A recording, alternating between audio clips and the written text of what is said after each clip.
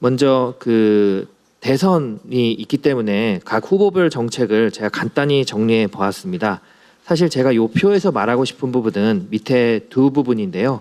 무역 정책이랑 대중 경제, 특히 FEOC라고 해서 미국이 찍은 4가지 우려 국가, 러시아, 중국, 북한, 그다음에 이란이죠.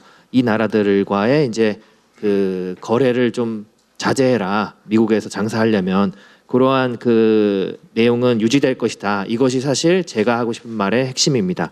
앞에 4가지 이슈는 사실 두 후보가 서로 이제 자기의 정책이 맞다라고 주장해 있는 내용이고 관련해서 뭐 하고 싶은 이야기가 많지만 내용 관련해서 밑에 두 부분만 강조드리겠습니다. 다시 말씀드리면 누가 되든지 미국 중심의 통상 정책, 결국 달리 얘기하면 그 보호주의 무역 그리고 FOC로 지목되는 4가지 우려 국가 및 그와 관련된 단체와의 공급망 그 배제, 권유 전략 이것은 유지될 것이다. 이 얘기를 하고 싶습니다. 결국 그 좀 메타적인 개념을 말씀드리자면 보호 무역주의가 부활하고 있다. 우리 미국뿐만 아니라 이제 전 세계적으로 그 얘기를 하고 싶은데요. 그럼 보호 무역주의가 뭔지에 대해서 간단하게 설명할 필요가 있다고 생각했습니다.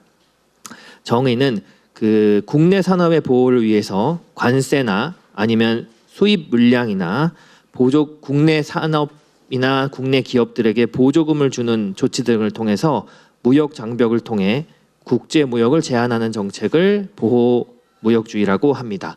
이는 그 자유무역과 대비되는 개념인데요. 사실 지난 한 50년간 보호주의는 잘못됐고 자유주의는 옳다라고 은연중에 학교에서 배워왔고 그다음에 경험해 왔던 것으로 기억합니다. 그래서 이에 대한 찬성론과 반대론이 있었는데요. 먼저 찬성론은 전통적으로 그 개발도상국이나 신산업을 이제 융성해야 되는 국가들 입장에서 취하는 방책입니다. 즉 그 국경의 문을 잠그고 우리 기업들을 이제 국가적 차원에서 밀어주는 정책들을 시행하는 나라이죠. 이를 통해서는 이제 내국민들의 고용이 증진되고 가용소득이 늘게 되고 뭐 시장 경제가 뭐 활성화되고 이런 효과가 있을 것입니다. 아주 거시적으로요.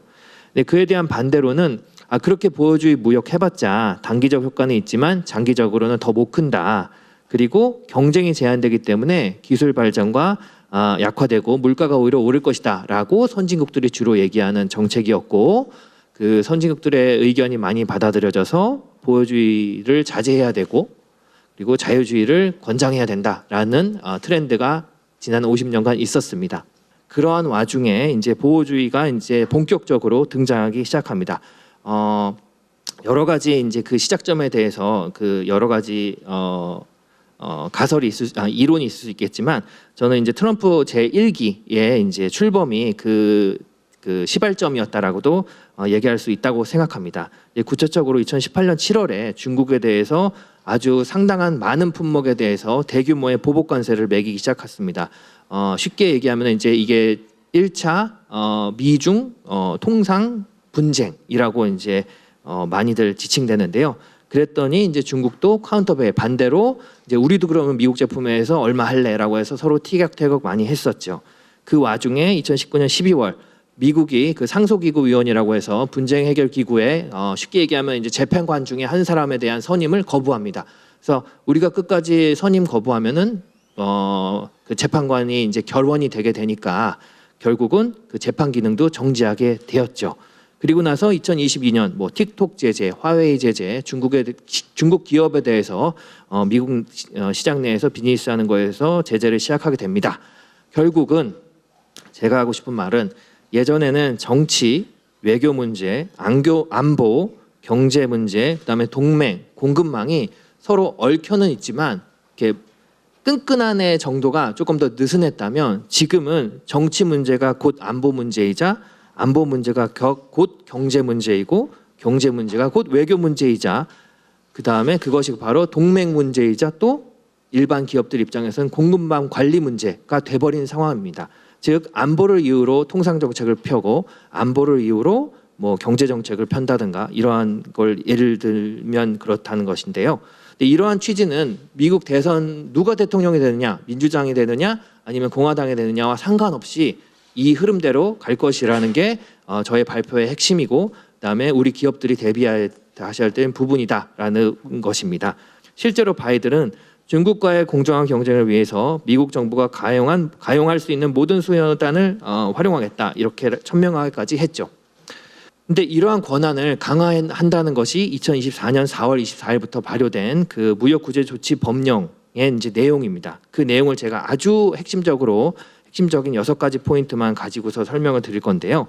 먼저 반덤핑 관련해서 우회 수출 조사를 하겠다는 겁니다. 우회 수출이 뭐냐면 한국에 대해서 특정, 예를 들어 뭐 철강 제품이라고 하겠습니다. 철강 제품에 대해서 이거 덤핑했어요라고 해서 마진이 한번 부과됩니다. 한번 부과 조치를 하게 되면 최소한 5년 동안 부과가 되는 게 원칙인데요.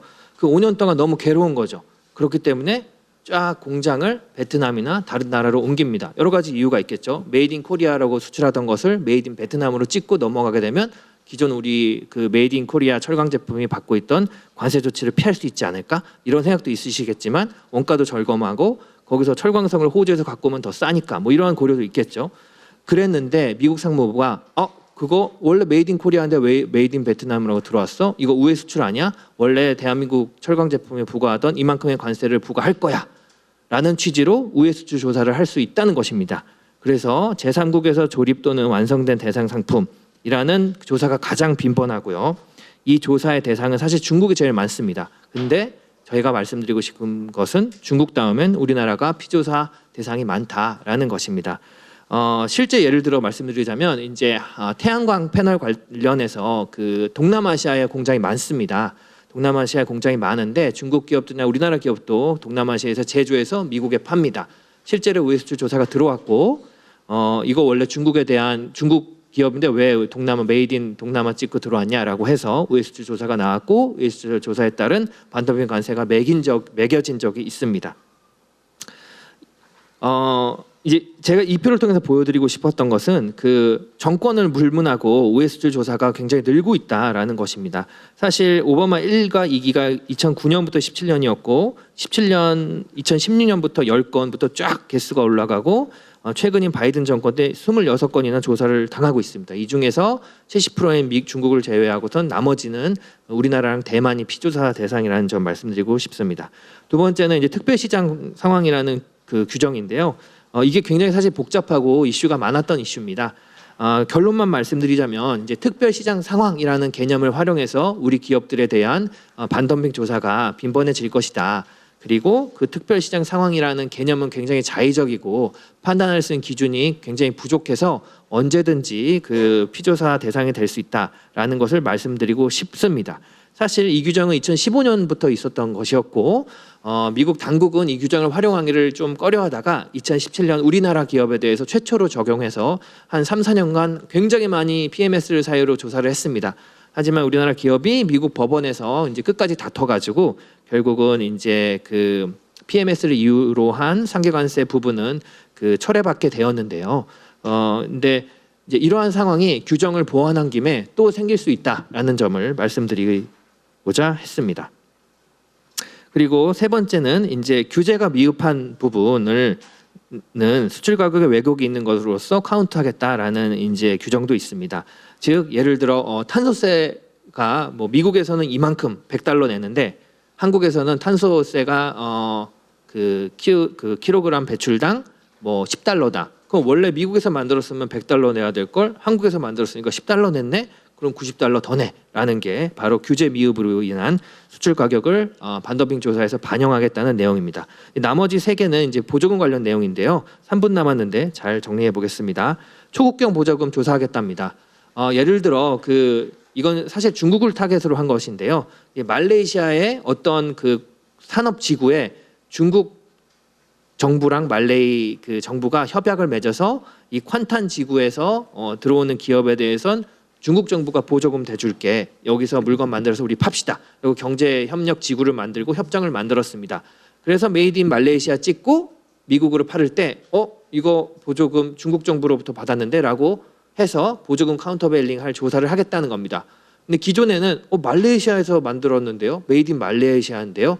중국 정부랑 상관없는데요. 이렇게 얘기해서 그걸 조사할 수 없었다면 그 조사할 수 없다는 규정을 삭제해버려서 너희가 어디서 왔건, who you are, where you from, 어디서 왔건 너 조사하겠다. 뭐 중국 정부든 어느 정부의 돈을 받았으면 이렇게 하겠다는 겁니다. 다음입니다.